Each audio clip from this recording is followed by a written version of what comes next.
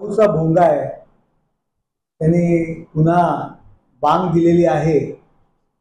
त्यांना मध्ये या भोंग्याला मध्ये मध्ये प्रत्येक गोष्टीत टांग टाकण्याची सवय झालेली आहे. सोनिया गांधी, राहुल गांधी यांचे जे तुकडे जे टाकतात ते खाऊन, पूर्वी पवार साहेब जे तुकडे टाकायचे ते खायचे, आणि आता राहुल गांधी आणि सोनिया गांधी जे तुकडे टाकतात आणि मग ते खाऊन मूर्खासारखं जगातल्या कुठल्याही विषयावरती मूर्खासारखं बरडायचं एकमेव काम संजय राऊत यांना आता राहिलेलं आहे.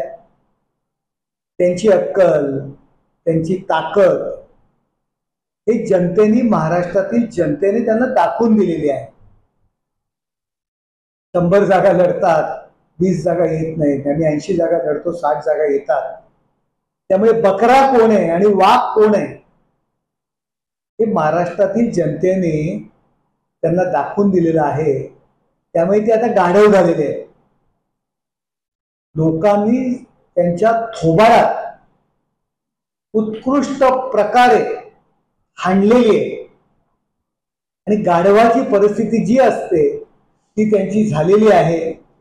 आणि मला असं वाटतं महाराष्ट्रातील जनतेने त्यांना जे गाढव केलेलं आहे, सोनिया गांधी, राहुल गांधी यांचं ओझी वाहणारं, त्यांच्या विचारांचं ओझी वाहणारं गाढव हे महाराष्ट्रातील जनतेसमोर आलेलं आहे.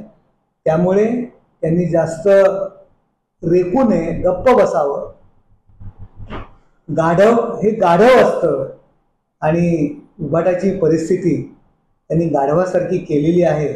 त्यामुळे महाराष्ट्रातील जनतेने दाखवून दिलेलं आहे बकरा कोण आहे आणि वाघ कोण आहे.